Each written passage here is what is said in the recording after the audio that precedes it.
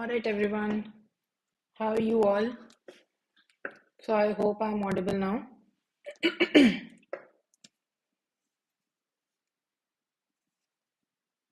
So if you're new here, I'm Dr. Simran Kaur, and I'm a radiology resident, and I'm an ECFMG certified physician. So I've been mentoring students for USMLE through all these years, and I'm here to discuss very important flashcards for the NEET PG, since NEET PG is just around the corner. So I picked up the topics and I have made it in the form of flashcards so that it has become, it will become very interesting for you to learn these cards and ultimately the topics subsequently. Now, let us begin. Number one, if you can see the screen, so this flashcard is about the ligament that divides the liver into right and the left lobe. So which ligament do you think divides the liver into right and left lobe? Anyone? Which ligament divides the liver into right and left lobes? Yes. Excellent. So Akash Gurjeet, you give the right answer. The answer to this question is falciform ligament. Okay. Now the next important thing regarding falciform ligament is what is contained inside the falciform ligament. So falciform ligament contains an important structure known as, what is contained inside the falciform ligament? Yes. The answer to this question is ligamentum teres. Okay, ligamentum teres. And what is the function of falciform ligament? Apart from dividing the liver into the right and the left lobe, falciform ligament is connecting the liver to anterior abdominal wall. Okay, so know this important point, that falciform ligament, it connects the liver to the anterior abdominal wall. And then it contains very important structure known as ligamentum teres. Now next question is, ligamentum teres is the remnant of which structure? Ligamentum teres is the remnant of which fetal structure? Can anyone tell this? Ligamentum teres is a remnant of which important structure? Yes? Anyone? So the answer to this question is, it is the remnant of fetal umbilical vein. Okay? So remember, fetal umbilical vein. So this is developing ultimately into the ligamentum teres, and ligamentum teres is contained in the falciform ligament, which is dividing the liver into the right and the left lobe, and it is also connecting the liver to the anterior abdominal wall. Moving on to the next flashcard. So supposing a patient comes to you, he had recently gone the surgical management for varicose veins. Okay, after the varicose vein surgery, the patient is complaining of the sensory loss over the medial aspect of the leg and the foot. Now, which nerve injury is this? So guys, the take home message here is that all the nerve injuries, peripheral nerve injuries, are very high yield, so know them. Okay, upper limb and lower limb, they're very high yield. So which nerve injury are you expecting in a patient who underwent the varicose vein surgery and ultimately had sensory loss over the medial aspect of the leg or the foot? Anyone? Yes. Which nerve injury are you expecting here? So science says saphenous nerve. Exactly. Science, this is the correct answer. Okay. This is a saphenous nerve injury. Now let us talk few important points regarding saphenous nerve. Saphenous nerve is a branch of which nerve? Anyone? Saphenous nerve is a branch of which nerve? Quickly. So the answer to this question is, this is a branch of femoral nerve. There's a branch of femoral nerve, okay? And saphenous nerve is actually, supplying to the skin over the patella, the medial aspect, the skin over the medial aspect of the knee, and then the medial aspect of the leg and the foot till up to the first metatarsophalangeal joint, okay? So know these points regarding saphenous nerve. They are very important. So it has been asked in the recent years. Moving on to the next flashcard. Yes. So looking at this image, what do you think? Which kind of cartilage is this? Which type of cartilage is this? The take-home message here is that you should know all the different types of cartilages that are there. You should know about the histological appearance of these cartilages and you need to identify them. Okay, so which cartilage is this? Exactly. Fine, you gave the right answer. The answer to this question is hyaline cartilage. Hyaline cartilage. Okay. Now, guys, what are the different types of cartilages that you should know about? What are the different types of cartilages? Anyone? Yes. So, Kash, number one, hyaline cartilage. Then we have, apart from the hyaline cartilage, we have elastic cartilage. Okay. Then we have articular cartilage. Then we have, yes, fibrocartilage. Okay. So look at these four types of cartilage per se. There are three because articular is a subtype of hyaline cartilage. Okay. So this is very, very high yield that you should know the different types of cartilages.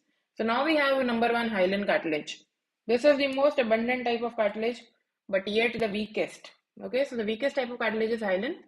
Then if you look at this picture shows the chondrocytes in the lacunae. Okay, so this is very important point. If they give you in the question that the chondrocytes are there in the lacunae, then they are pointing towards the hyaline cartilage. Okay, next point is that the type of cells contained in the hyaline cartilage are chondroblast and the chondrocytes. All right. Now the examples. So you should know in which situation, in which places you are going to see the hyaline cartilage. So there are a few examples. For example, the cartilaginous rings of the trachea, then the cricoid cartilage, then the costal cartilages of the ribs. Okay, so these are all the examples. These are the places where you will see the hyaline cartilage. Now moving on to the second type of the cartilage, that is elastic cartilage. Now as the name itself is suggesting elastic, right? So that means it is going to be very flexible. And very, very important point regarding the elastic cartilage is that on the histologic picture, you will see thread-like network of the elastic fibers. So if you Google the image of elastic cartilage, you will see the thread-like network of the elastic fibers. Okay. Now, second is, where do you see these elastic cartilages? The number one example is epiglottis. Number two is pinna of the auricle. Number three is external auditory canal. Okay, so know these important examples. These are the places where you will see the elastic cartilage. Now moving on to the third type of the cartilage, that is the articular cartilage. Articular cartilage basically is a subtype of hyaline cartilage only. Now why is it known as articular cartilage? Because this is the cartilage present at the articular surfaces, okay, of the synovial joints. Articular surfaces means the surfaces which are involved in the joint formation. So where the two bones are having a connection and they are making a joint. That is articular surface.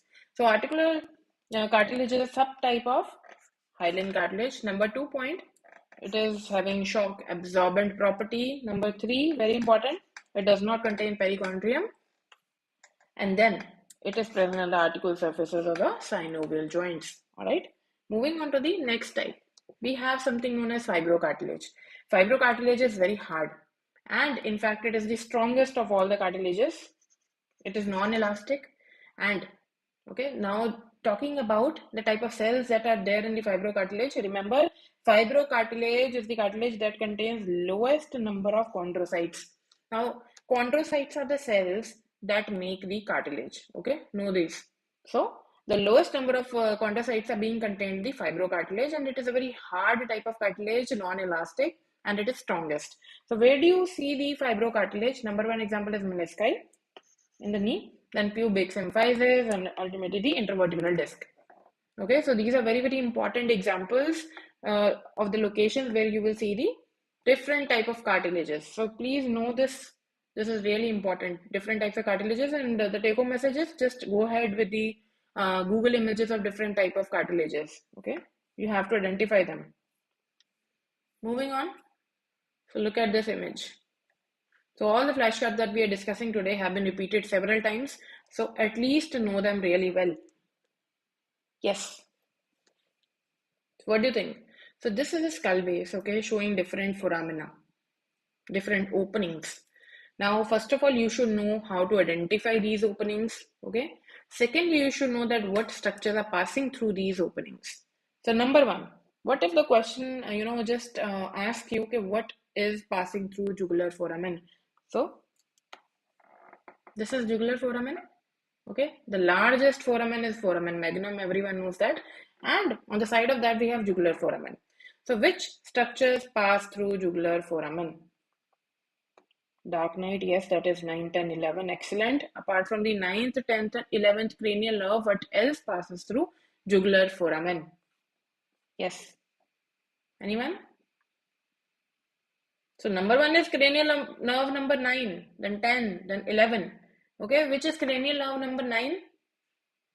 Which is cranial nerve number 9? Yes. Which cranial nerve is number 9? Anyone? So look here.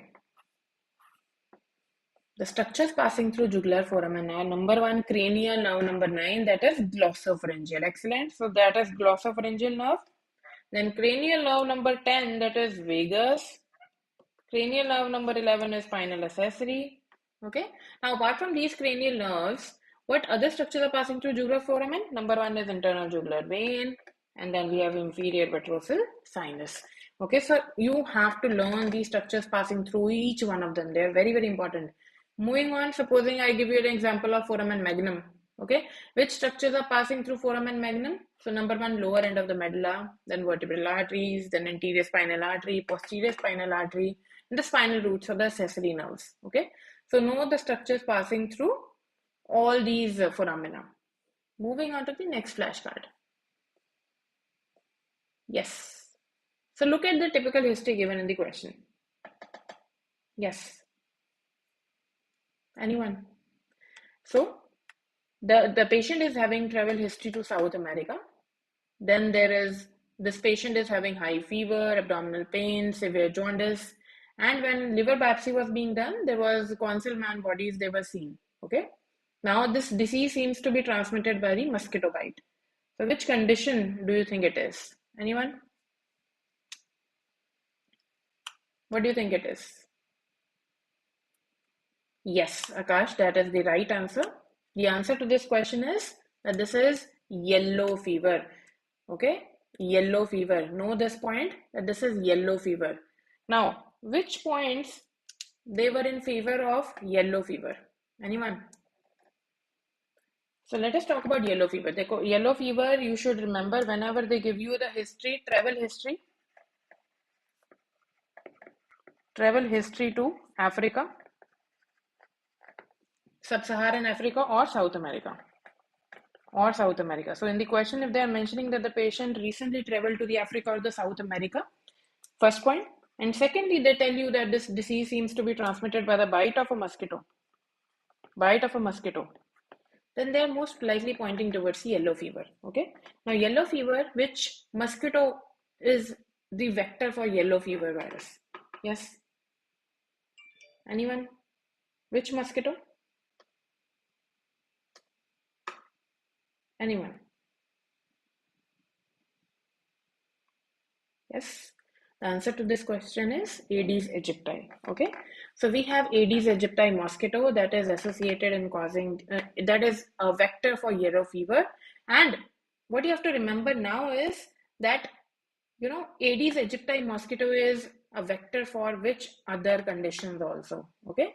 So number 1, Aedes aegypti is acting as a vector for yellow fever, then dengue, then Zika virus and chikungunya. So know all these names: yellow fever, dengue, then Zika virus and chikungunya. All right. Now guys, what kind of history do you expect in a patient of chikungunya?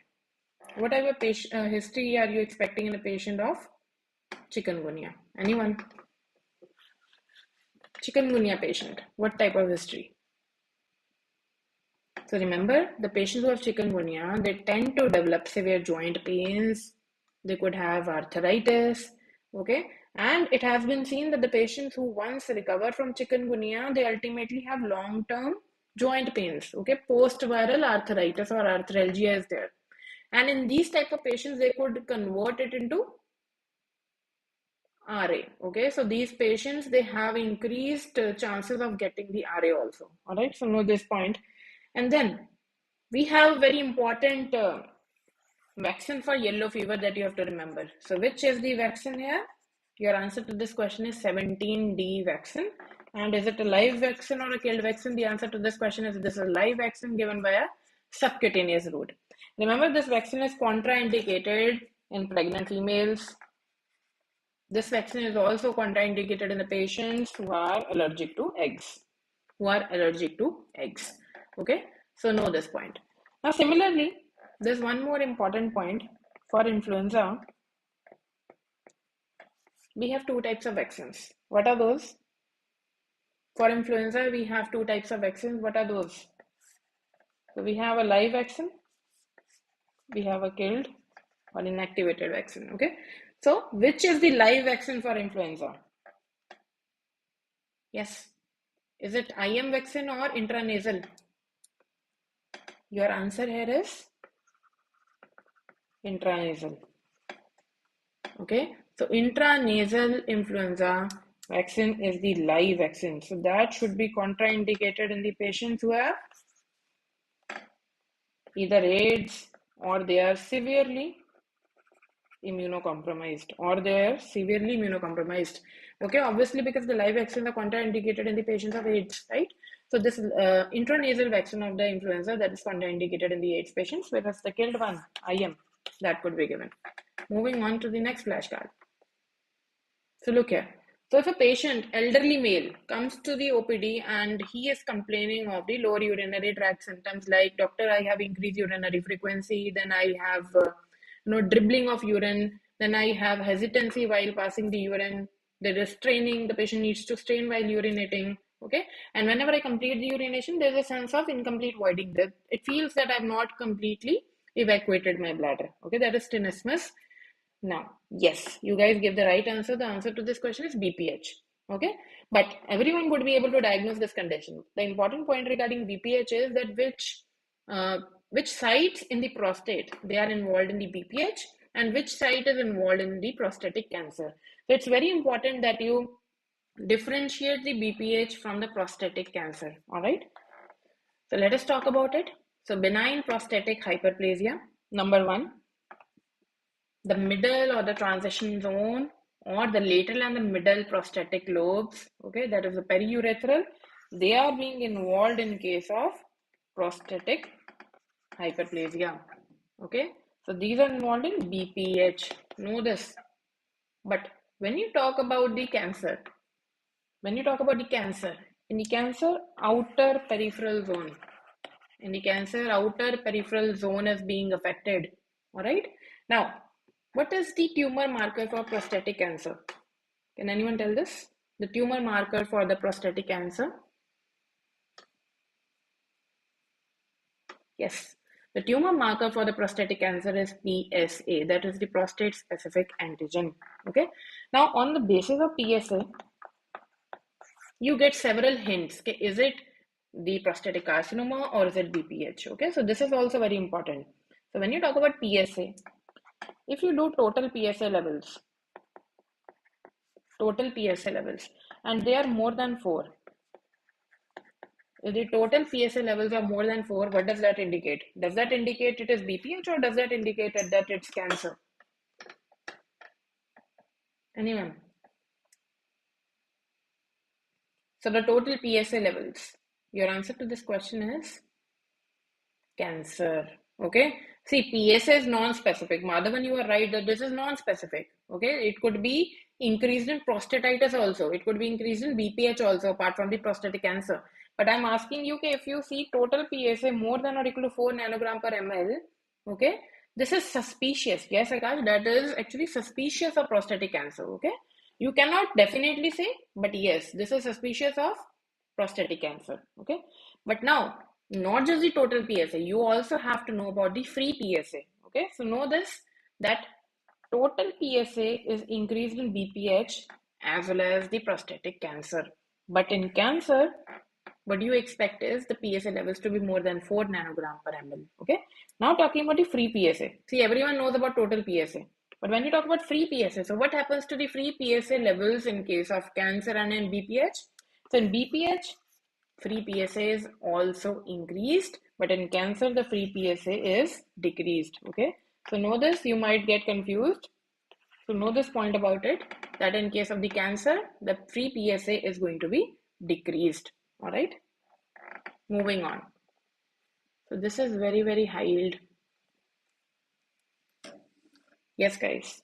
So the take-home message from this flashcard is that you should know all the different types of important parasitic eggs. Okay, it has been seen that every year they ask questions from this type of microintegration. Yes. So which organism's egg is this? Anyone? Which parasite's egg is this? So let me see who can answer this question. Yes, so Dark Knight, you give the right answer. This is Schistosoma hematobium. Okay, Schistosoma hematobium. Next question is, okay, this is Schistosoma hematobium. Schistosoma hematobium is a parasite which is associated in causing which type of cancer? This is associated in causing which type of cancer? Yes, guys. The answer to this question is that it is associated in causing the bladder carcinoma. Excellent. Bladder carcinoma. Okay. Now, which parasite is associated in causing cholangiocarcinoma? Cholangiocarcinoma. Anyone? Which parasite is associated with causing the cholangiocarcinoma? Yes, guys. The answer to this question is yes. Cholangiocarcinoma, parasite, Clonorchis sinensis. Excellent, Gurjeet. Clonorchis, the spellings may be wrong. Clonorchis sinensis. Okay. Which parasite is associated in causing the vitamin B12 deficiency? Which parasite is associated in causing the vitamin B12 deficiency? The answer to this question is Diphyllobothrium latum. Diphyllobothrium latum. Okay, so you should know these. Then, which parasitic infection is associated with eclasia cardia? Which parasitic infection is associated with eclasia cardia? Anyone? So, eclasia cardia means the failure of lower esophageal sphincter to relax. Okay. The answer to this question is going to be Trypanosoma cruzi. Yes, Dipesh, you give the right answer. Trypanosoma cruzi leading to Chagas disease. Okay. Trypanosoma cruzi. And in the previous lecture, I told you the two drugs that you use for Trypanosoma cruzi, nifurtimox and benzimidazole. All right. Okay. So this point I already told you. Okay, all the parasitic eggs, all the important parasitic eggs, you should do. Okay. So every time you see the repeat question, so know this. So the egg, if you are being given an egg that is having a terminal spine, just like this. So this is going to be the egg of Schistosoma hematobium. Okay, Schistosoma hematobium. But if you come across an egg that is having a lateral spine, then it is going to be Schistosoma mansoni. All right. Then you talk about this egg, and this is the egg of Schistosoma japonicum. Japonicum. All right. Look at this egg.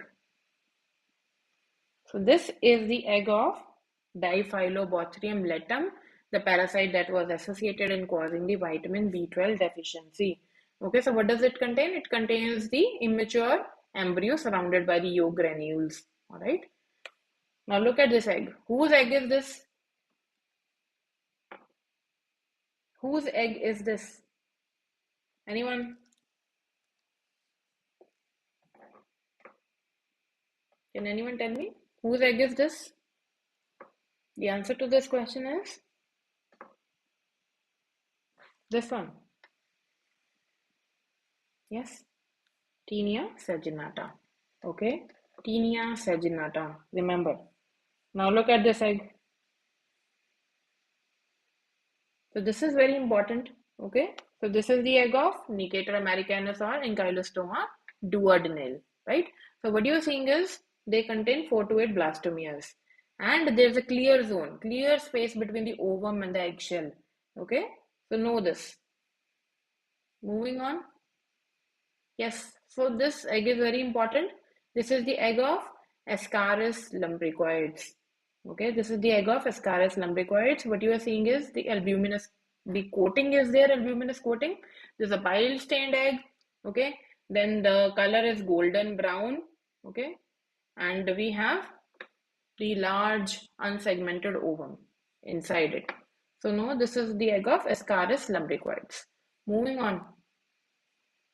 This is very important. So just by looking at this egg, you should be able to identify it. So this is the egg of Trichuris trichura. So there are two knobs. Okay. So remember the mucus plugs at both the ends. They are seen in the egg of Trichuris trichura. All right. Yes, the whipworm. Moving on to the next flashcard. Yes. So which sign is this? Which sign is this? Anyone? So this is barium, right? And which sign are you expecting here? Which is, yes, Dipesh. The answer here is string sign. Okay. So this is the string sign. String sign is seen in case of Crohn disease. Okay. What is string sign basically? String sign is the narrowing of the bowel lumen on the barium X-ray. So if you can see here, the bowel lumen has been narrowed down. Okay. So this is the string sign seen in case of Crohn disease. Okay. Crohn disease or ulcerative colitis, among these two, which one is having skip lesions? Anyone? Which one is having skip lesions? Is it Crohn disease or is it ulcerative colitis? Yes? Skip lesions.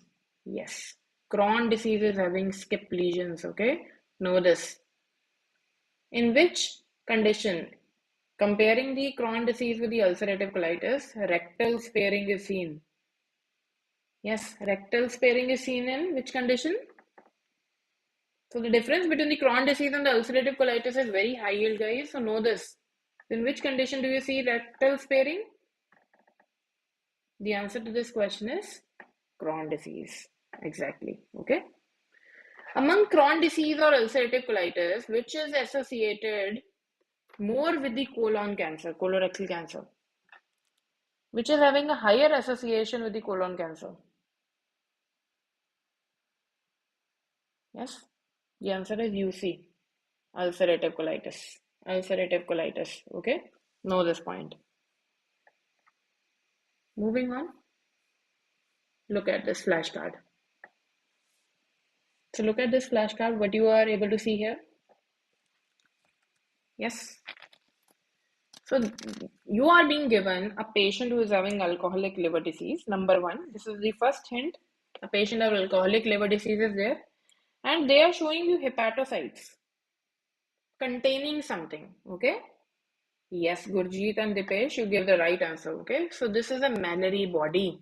So this is very high yield image both for NEET PG and INICT. Repeatedly it has been asked. So know this. This is a mammary body. Okay.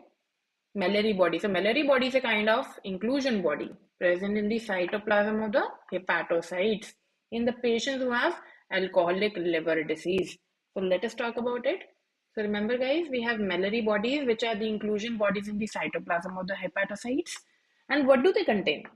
These mammary bodies, they contain the eosinophilic damaged intermediate filaments. Okay, so the eosinophilic damaged intermediate filaments are being contained in the mammary bodies. And the next point, in which condition they are seen? They are seen in the alcoholic liver disease. Okay, now talking about very high yield things regarding the alcoholic liver disease. Okay, so supposing someone is having fatty liver due to alcohol-induced fatty liver, or someone is having alcoholic liver disease. So what do you expect in the liver enzymes? Which liver enzyme would be raised? Okay. Would it be, see, both of the liver enzymes would be raised, but which one would be more? Is it AST or ALT? This is the main take-home message here. In case of alcoholic liver disease, which one would be more, AST or ALT, if you compare both these? Yes, Danish, the answer. Yes, Gurjeet, you gave the right answer. In case of the alcoholic liver disease, know this guys, AST is more than ALT. So this is very, very high yield. Okay, and AST is not exceeding 500. The levels of AST do not exceed more than 500. And AST is more than ALT, although both these are increasing. And next very important point is the AST-ALT ratio is more than 2 in case of alcoholic liver disease. All right. Now, let us talk about one more point here. So, supposing a patient comes to you with a deranged LFT. So, the patient is coming to you having a report of liver function test and which seems to be deranged. All right. For example, AST is more, ALT is more, and ALP, alkaline phosphatase, is also more. So if ALP is more, guys, you should know that there are two main sources of ALP. You always have to differentiate from which source this ALP is coming. Is it from a bony source or is it coming from a hepatic source? Okay, so ALP is increased due to a cause in the liver or is it increased due to the pathology in the bone? Okay, so what you're going to do is, what is the next best step here? If there is increase in the ALP, you should always go ahead with the one test known as, the answer to this question is GGT. Yes, gamma glutamyl transferase. Okay, so GGT is the next best step in case you are seeing increase in the ALP. If GGT is also increased, so if the question mentions ALP increase, GGT also increase, that is due to the hepatic cause. And you might have seen that if you sit in the OPD, okay, the patients who have increased GGT, increased ALP, the physician normally they ask the patient to avoid alcohol. Okay, so GGT tells you about the alcohol abuse also. So know this, ALP increase, GGT increase, that means the ALP is increased due to the hepatic cause. If GGT is normal, then there is something wrong with the bone. Okay, moving ahead. Apart from GGT, we have one specific marker that will tell you about the alcohol abuse. Okay, so we have something known as CDT. CDT is carbohydrate deficient transferrin. Okay, so CDT is a very specific marker for heavy alcohol use. Remember, GGT is not that specific. If they are being asking you, okay, what is the most specific marker for the heavy alcohol use, your answer is going to be CDT. Now, you have to compare it with the situation in which the liver is fatty, but not due to the alcohol. Okay, so we have non-alcoholic fatty liver disease. Now, in this condition, which type of LFT abnormality derangement are you expecting? In this condition, what type of LFT derangement are you expecting? Yes, so the answer to this question is that in case of non-alcoholic fatty liver disease, what happens is ALT is more than AST. Okay, so the take-home message is that in the alcoholic liver disease, AST is going to be more than ALT. In non-alcoholic fatty liver disease, ALT is going to be more than AST. Know this, guys. Now, what expectations do we have from the ALT or AST ratio? The ALT-AST ratio is less than 1. But if the ALT-AST ratio becomes more than 1, that means it has transformed into the cirrhosis. Okay, so this ratio is not important in case of the non-alcoholic fatty liver disease. Just know that ALT is more than AST. Right? Moving on. So this is a very important flashcard. Very high yield. So guys, you should know the different types of inclusion bodies. Okay, so we have different types of inclusion bodies. For example, number 1, Negri bodies. Okay, so Negri bodies are seen in which condition? Negri bodies are seen in case of rabies. Okay, what is the shape of this virus? What is that characteristic shape that we discuss? In case of rabies, what is the characteristic shape that we discuss? Anyone? In case of rabies virus, the answer to this question is bullet shape. Excellent, bullet shape. So the question could mention it as a hint, bullet shape. And what else do we have to know about rabies is the post-exposure prophylaxis. Okay, you have to know about the post-exposure prophylaxis. For example, someone is getting a bite wound from the dog, okay, from a street dog. So what should be done? What steps should be taken after this bite has been done? Okay, what you should do, you should wash this wound with the copious amount of soap and water, and ultimately who should be getting the vaccine and all that. So these points are really very important, so know this. Then Mallory bodies I already discussed with you. Okay, so alcoholic liver disease, then Lewy body. So we have something known as Lewy bodies. Lewy bodies are seen in two conditions. Number one, Lewy body dementia. Number two, Parkinson disease. So let us talk about it. What is Lewy body dementia? What is Lewy body dementia? So guys, remember, Lewy body dementia is a very, very important differential of Parkinson disease. It is a very important differential of Parkinson disease. Yes. So how would you like to differentiate Lewy body dementia from Parkinson? Both these conditions will show Lewy bodies as inclusion bodies. Lewy bodies are present in both. Excellent, Madhavan. What happens in Lewy body dementia is the patient is having Parkinsonism features. Patient is having Parkinsonism features. Along with that, the patient is also having, so highlight this point, visual hallucinations. The patient is also having visual hallucinations. So this is very high yield point. The patient showing Parkinsonism-like features. Along with that, the patient is also having visual hallucinations. That is Lewy body dementia. All right, so know this. What is the triad of Parkinson disease? What is the triad of Parkinson disease? The answer to this question is bradykinesia, rigidity, and tremors. Bradykinesia, rigidity, and tremors. Okay, next question. What happens to the dopamine levels in Parkinson disease? What happens to the dopamine levels in the Parkinson disease? Yes, guys. What happens to the dopamine levels in the Parkinson disease? Excellent, Danish. The answer is decrease. But at the same time, if I ask you what happens to the acetylcholine levels in the Parkinson disease? What happens to the acetylcholine levels in the Parkinson disease? So how you will remember Parkinson disease in terms of neurotransmitters? So what happens is you have to draw this. Okay, it will become really easy for you to remember it like this. Acetylcholine increase, dopamine decrease. So this is what is happening in case of Parkinson disease. Okay, remember this. Okay, moving on. So we have Warthin-Finkeldy giant cells. This also has been asked several times. So just Google the image of these giant cells and know this, that this is being seen in measles. Okay, this is seen in measles. Okay, one more very important point in case of measles. What do you see in the oral mucosa? Yes, what do you see in the oral mucosa? Yes, peculiar finding in measles. Excellent, Gurji.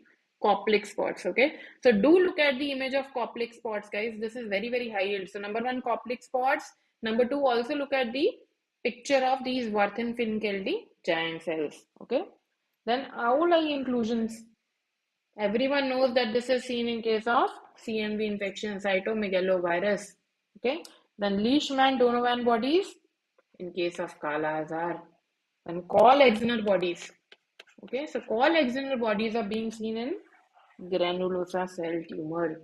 Granulosa cell tumor. Okay, what is this granulosa cell tumor secreting? Anyone? What is this granulosa cell tumor secreting? What would increase in case of granuloma cell tumor? Yes, guys. So read about it. Okay. Read about the granulosa cell tumor. Exactly, Gurji. The answer is estrogen. Okay. So estrogen is going to increase in case of granulosa cell tumor. Now talking about the Russell bodies. Russell bodies are seen in case of multiple myeloma. Multiple myeloma. I hope you know about multiple myeloma. So what happens in multiple myeloma? What happens in multiple myeloma, guys? Yes. So this is plasma cell dyscrasia, right? The plasma cells are uncontrollably proliferating and ultimately they are infiltrating the different tissues, right? What happens is you already know that B cells, they are differentiated into plasma cells, and plasma cells are forming the immunoglobulins. Immunoglobulins. Okay. In case of multiple myeloma, it's very important for you to know that you're gonna see the crab lesions. If you don't find crab, the likelihood of multiple myeloma is very less. Okay. So C for increase in the serum calcium levels. Increase in the serum calcium levels. R for renal abnormalities. Renal abnormalities. Okay. For example, multiple myeloma will show the AL amyloidosis, and this is going to lead to the nephrotic picture. So nephrotic syndrome could be seen. All right. Then A for anemia. A for anemia because bone marrow is getting infiltrated. B for bony lesions. What type of metastasis are you expecting in case of multiple myeloma? Is it lytic or blastic or mixed? Is it lytic, blastic or mixed? Anyone? The answer to this question is you're going to see the lytic lesions. Okay. So lytic lesions. This is one of the reasons why there is increase in the serum calcium levels because bone is getting eaten away and ultimately serum calcium increases. All right. So that is multiple myeloma. In multiple myeloma, you see Russell bodies. Then Schwammen bodies. Schwammen bodies are seen in the granulomas of sarcoidosis. Next question is very high yield. In case of sarcoidosis, what type of granulomas are you expecting? What type of granulomas are there in the sarcoidosis? What is the answer to this question? What type of granulomas are seen in case of sarcoidosis? Anyone? Excellent sign, Madhavan. Yes, the answer to this question is non-caseating. Non-caseating. Non-caseating granulomas means the granulomas that don't have a central necrosis. Okay. In case of Crohn disease, do you see any granuloma formation? In case of Crohn disease, do you see any granuloma formation? Yes. The answer is in case of Crohn disease we are talking about. So can anyone tell this? Which type of granulomas? Which type of granulomas do you expect in Crohn disease? Yes, guys. The answer to this question is non-caseating again. Non-caseating again, yes. Another important point about sarcoidosis is bilateral hilar lymphadenopathy. So hilar lymph nodes, they are enlarged bilaterally. Bilateral hilar lymphadenopathy. Next point is increase in the ACE levels. Next is increase in the serum calcium levels. Next is increase in the serum vitamin D levels. In one of the previous lecture, I told you why the increase in vitamin D or the serum calcium levels is taking place in sarcoidosis. The reason is that the activated macrophages that are there in the granulomas or the sarcoidosis, they have 1-alpha hydroxylase activity. And you already know that 1-alpha hydroxylase is the enzyme that activates the vitamin D, that is converting the calcidiol into calcitriol. So more the vitamin D, more will be the serum calcium levels because vitamin D is leading to more absorption of calcium from the gut. All right. So that was the important keywords regarding the sarcoidosis. Coming back, moving on to the next flashcard. Yes. What happens to the serum calcium levels in dystrophic calcification versus metastatic calcification? This is very confusing yet very, very important. So we have two types of calcifications, dystrophic calcification and metastatic. Take-home message is that you should know the difference between these two calcifications. And second is what happens in case of what happens to the serum calcium levels in both these conditions? Anyone? Excellent, Mansi. Yes, Mansi says dystrophic, the calcium levels are normal.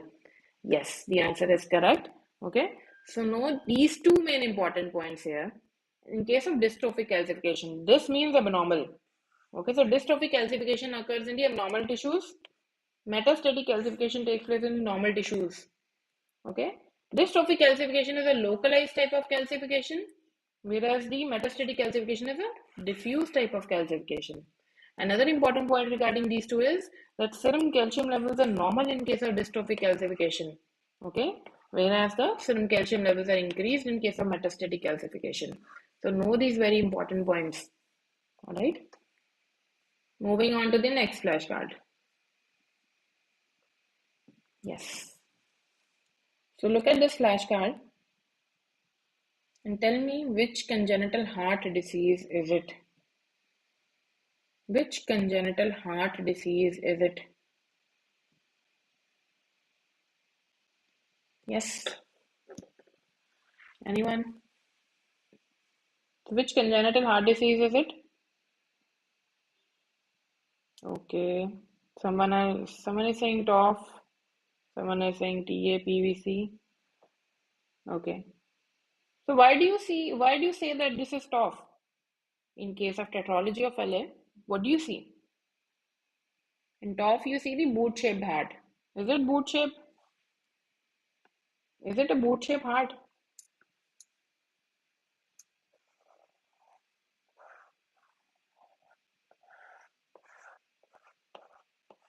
Is it a boot-shaped heart? No, this is not a boot-shaped heart. Okay, so this is not TOF. So this is the take-home message. This is very, very high yield. You have to know the radiological signs in case of congenital heart diseases. Okay, so they are very important. So time and again, you have been tested in different exams about it. So know this exactly. So this is total anomalous pulmonary venous return. Okay, so this is very important. The snowman appearance, TAPVR. All right. Then boot-shaped heart. Boot-shaped heart you see in case of TOF. Boot-shaped heart you see in case of TOF. If you are seeing egg on string appearance, heart shape like this, okay, so this is going to be the transposition of great arteries. Transposition of great arteries, that is TGA. If you are seeing box-shaped heart is pointing towards the Epstein anomaly. Okay, so what is this Epstein anomaly? Can anyone tell me? What is this Epstein anomaly associated with? Yes, guys? Anyone? Excellent. Dark Knight and Madhavan, you give the right answer. Epstein anomaly is associated with the maternal ingestion or maternal intake of lithium during pregnancy. So what happens in case of Epstein anomaly? In one of the lecture, I told you that there is going to be atrialization of right ventricle. Why? Due to the downward displacement of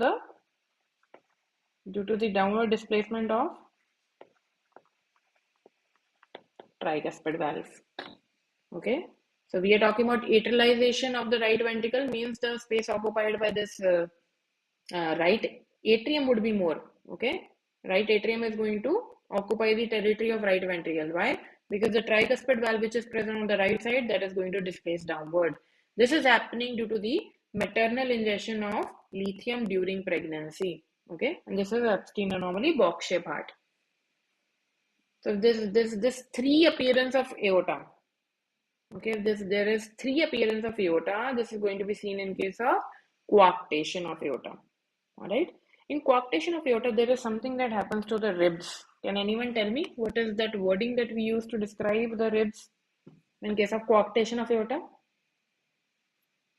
In case of coarctation of aorta, what happens in the ribs? Anyone? Excellent. The answer is inferior rib notching. Okay, rib notching. So know this. And after this class, please look at the X-ray where you would be able to appreciate the rib notching. One more X-ray, please do that after the class, the Reckittech rosary. Okay, know the picture of Reckittech rosary as well as the rib notching. They are very important. Okay. So look here. If you are being given the X-ray like this, although I have marked it, but it won't be marked obviously in the exam. Yes, so what is it? Patient having dyspnea, that is difficulty in breathing, then cough and fever. So what is this? Anyone? Patient having dyspnea, cough and fever. What is this? Yes. So I'll give you a hint. A situation in which the fluid builds up in the lungs. Accumulation of fluid in the lungs. What is that? Excellent, Dr. Sana. The answer is pulmonary edema. So this is the bat wing appearance seen in case of pulmonary edema. So what happens in pulmonary edema? There is fluid buildup in the lungs. Okay. If there is fluid in the pleural space, that is known as pleural effusion. Okay, so accumulation of fluid in the pleural space, that is known as pleural effusion. The accumulation of fluid in the lungs, that is known as pulmonary edema. Okay, there is bat wing appearance in case of pulmonary edema. And apart from that, you would also see the curly B lines in case of pulmonary edema. Curly B lines. All right. So I wanted to discuss one concept with you here. So we have something known as atelectasis or the collapse. Okay. Then we have something known as consolidation. We have something known as consolidation. So what is the difference between atelectasis and consolidation? So what is this atelectasis or collapse? So this is the bronchiole and this is alveoli. This is alveoli. Alveoli, they are filled with air. Okay. If air is being sucked out of the alveoli, if the alveoli are now empty, air is being sucked out of the alveoli. Okay, that is atelectasis or collapse, right? So the alveoli are collapsed. That is known as atelectasis. The air is going out of the alveoli. All right. When you talk about the consolidation, consolidation means the alveoli are filled with fluid. Okay. So alveoli, instead of being filled with air, now this air is being replaced by fluid. This is known as consolidation. Okay. Now we have something known as air bronchogram. We have something known as air bronchogram. So this is the bronchiole. Bronchiole would be having air. Normally, the alveoli was also having air, correct? But in case of consolidation, what happens? The alveoli is now having fluid. So when you look on the X-ray, this part is having air, so it will look more black. But the part that is filled with fluid would be appearing more radio opaque. Okay, so this will appear more whitish. So you will see the black line in the whitish background. Okay, so that is air bronchogram, right? Know this point because the bronchiole, sorry, is filled with air. Usually the alveoli was also filled with air, so we were not able to appreciate that. But what happens when the alveoli are filled with fluid, but the bronchioles, they are having air, you will appreciate this air bronchogram sign, which is seen in case of consolidation. All right. So this is a basic concept. Know this. Moving on, when you have fluid in the pleural space, that is known as fluid in the pleural space is known as pleural effusion. Pleural effusion. And what you see on X-ray is the blunting of CP angles, the blunting of costophrenic angles. This happens in case of pleural effusion. All right. Okay. Moving on to the next flashcard. The next flashcard is very high yield. Which scoring system do you use to decide whether to hospitalize the patient of pneumonia or not? Okay. So which scoring system would you use to decide whether to hospitalize the patient of pneumonia or not? That means if a patient is coming to you and you are diagnosing that patient to have pneumonia, how would you decide that are you going to treat that patient on the outpatient basis or are you going to hospitalize the patient? Exactly, you guys gave the right answer. The answer to this question is curb 65. This is very high yield, repeatedly asked. So curb 65 criteria is very important. Know this. C for confusion. C for confusion. Then U for serum urea, if it is more than 20 milligram per deciliter. Okay. Then we have respiratory rate, if that is more than or equal to 30 per minute. Then we have blood pressure, if the systolic is less than or equal to 90 or diastolic less than or equal to 60. Okay. And age more than 65 years. Age more than 65 years. All right. So this is curb 65 criteria. Know that these are the components. Now, if the score is 0 to 1, you have to treat the patient on outpatient basis only. If the score is more than or equal to 2, you want to hospitalize the patient. But if the score is more than or equal to 3, you want to admit that patient to the ICU. ICU. Okay, so the curve 65 criteria is very important because we have to grade the patients. Okay, supposing you are diagnosing one patient having pneumonia, you have to see first of all whether to hospitalize or not, because this is a very crucial decision. You should not, inadvertently hospitalize patients because there's an increased risk of hospital-acquired infections, right? And you are increasing the burden. So you have to be very mindful while hospitalizing the patients, and while you are talking about pneumonia, only the curve 65 score you are talking about that is more than equal to 2, then only you are going to hospitalize the patient. Okay, moving on. Yes. So which score assesses the risk of stroke in patients of atrial fibrillation? Okay, so supposing you are diagnosing a patient to have atrial fibrillation, which score you are going to use to check okay, what is the risk of stroke in this patient? Okay, how would you get to know okay, what is the risk of stroke in a patient who is having atrial fibrillation? Yes, the answer to this question is Chad-West score. Okay, Chad-West scoring. This is very important. Know this. So this is Chad-West score. Okay. So C stands for congenital heart failure, score of 1. Then hypertension, age more than or equal to 75, which is given 2 points. Know this. Then D for diabetes, S2, that is prior the transient ischemic attack or stroke. This is also given 2 points. Then V for vascular disease like MI or aortic plaque, etc. 1 score. Then A for age 65 to 74. This is given 1 score. That means if the age of the patient is more than or equal to 75, that is 2 scoring. Okay. So you want to add the 2 points in that. And the female, if the patient is female, then 1 point. All right. Now, what is the interpretation of this Chad-West score? Remember, if it is 0 in male or 0 to 1 in a female, it is low risk. 1 in male or 2 in female, it is intermediate risk. More than or equal to 2 in male or more than or equal to 3 in a female, high risk. Okay, so obviously this is the scoring that tells you okay, what is the risk of stroke in a patient who is having atrial fibrillation.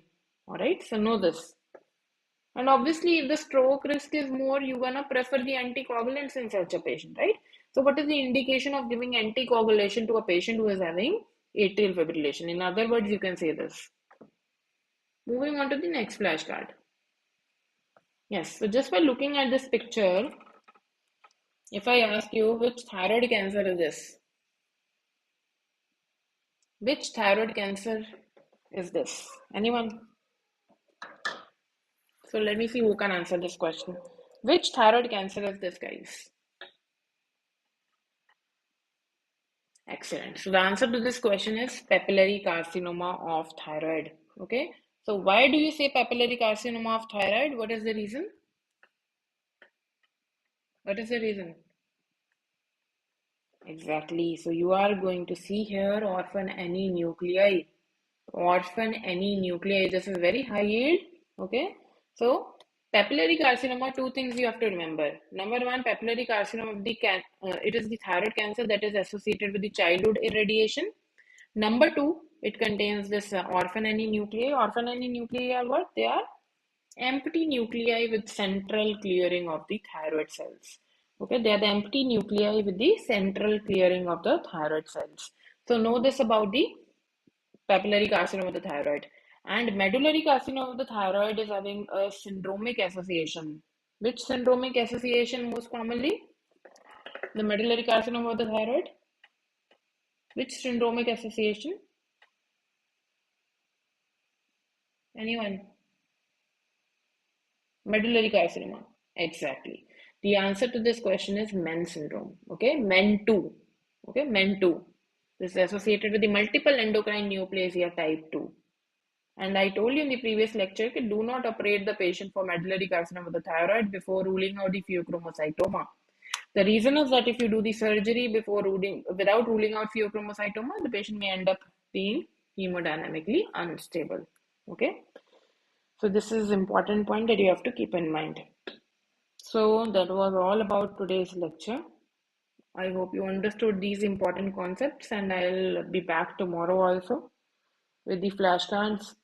And please prepare really well. This is the final stage, so know everything that has been asked previously. Okay, so do the mindful study. Look at the topics being repeatedly asked, right? And so Unacademy is coming up with few courses and they are offering good discounts. So you can go ahead with these. Okay, so they have this FMG 23 batch and next 23 batch also. So you can go ahead with these. And I'll see you guys tomorrow. Bye bye.